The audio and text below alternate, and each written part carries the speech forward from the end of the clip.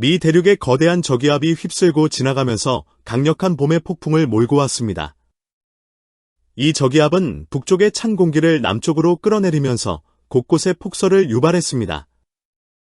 특히 블리자드가 발생한 지역에서는 강풍과 함께 엄청난 양의 눈이 쏟아졌으며 일부 지역에서는 가시거리가 거의 제로에 가까워 도로 운행이 마비되었습니다. 텍사스주 남부에서도 강한 눈보라가 몰아쳐 운전자들이 시야를 확보하기 어려운 상황이 이어지고 있습니다. 네브래스카 중부를 지나간 저기압 중심부는 더욱 강력한 바람과 폭설을 동반하며 중서부 지역에 큰 피해를 입혔습니다. 아이오와주에서도 주 저녁에 걸쳐 폭설이 몰아치면서 도로 곳곳에서 차량이 고립되는 사태가 벌어졌습니다. 특히 일부 지역에서는 눈이 너무 많이 쌓여 도로를 치우던 제설 차량마저 승용차에 가로막혀 이동하지 못하는 상황이 발생했습니다. 이러한 봄철 기상현상은 차가운 공기와 따뜻한 공기가 충돌하면서 발생하는 자연스러운 현상이지만 이번 폭풍은 그 규모와 영향이 예년보다 훨씬 크다는 점에서 주목할 만합니다.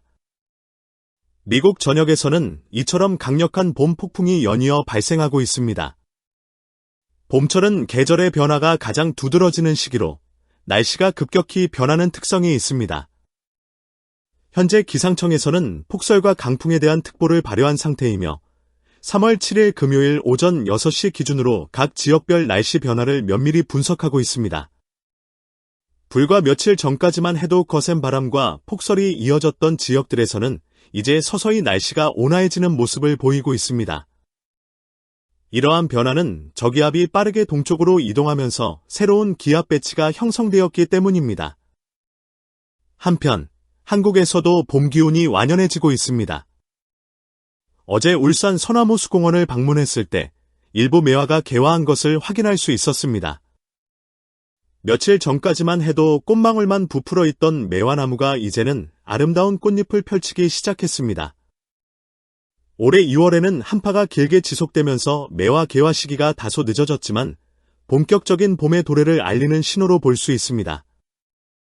일반적으로 매화와 벚꽃 개화 시기는 약 한 달 정도 차이가 나는데 이 흐름대로라면 머지않아 벚꽃도 개화할 것으로 예상됩니다. 현재 우리나라에는 이동성 고기압이 자리 잡고 있습니다. 이동성 고기압은 서쪽에서 동쪽으로 이동하는 특징이 있으며 일반적으로 봄과 가을에 주로 나타납니다.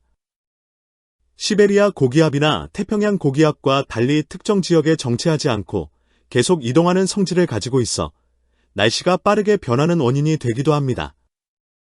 동해를 중심으로 바람이 강한 지역과 그렇지 않은 지역이 뚜렷이 구분되며 우리나라는 상대적으로 바람이 약한 상태를 유지하고 있습니다. 비록 아침 저녁으로는 다소 쌀쌀한 기온이 감돌겠지만 바람이 강하지 않고 낮 동안에는 햇살이 따뜻하게 비출 것으로 보여 체감 온도는 크게 낮지 않을 전망입니다. 고도 850헥토파스칼 상공, 즉 약 1500m 높이에서의 기온을 살펴보면 여전히 우리나라 상공에는 찬 공기가 자리하고 있습니다. 특히 영하 6도의 기온선이 우리나라 중심부를 가로지르고 있어 평지에서도 눈이 내릴 가능성이 남아 있습니다. 다만 이러한 기온 분포도 이날을 기점으로 점차 변화할 것으로 보이며 북쪽의 찬 공기가 점차 후퇴하면서 기온도 서서히 상승할 것으로 전망됩니다.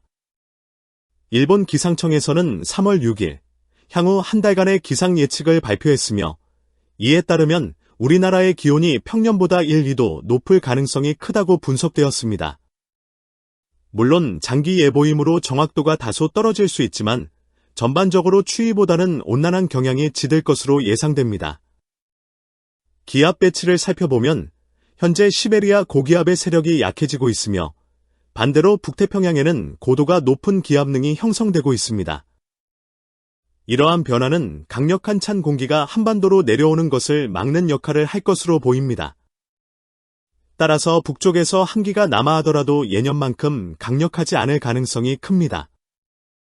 또한 알류시안 저기압도 약화되면서 전반적으로 극단적인 기압 배치보다는 저기압과 이동성 고기압이 교대로 통과하는 형태가 지속될 것으로 보입니다.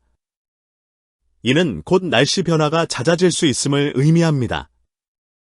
한편 미국에서는 기상관측 시스템에도 변화가 생기고 있습니다.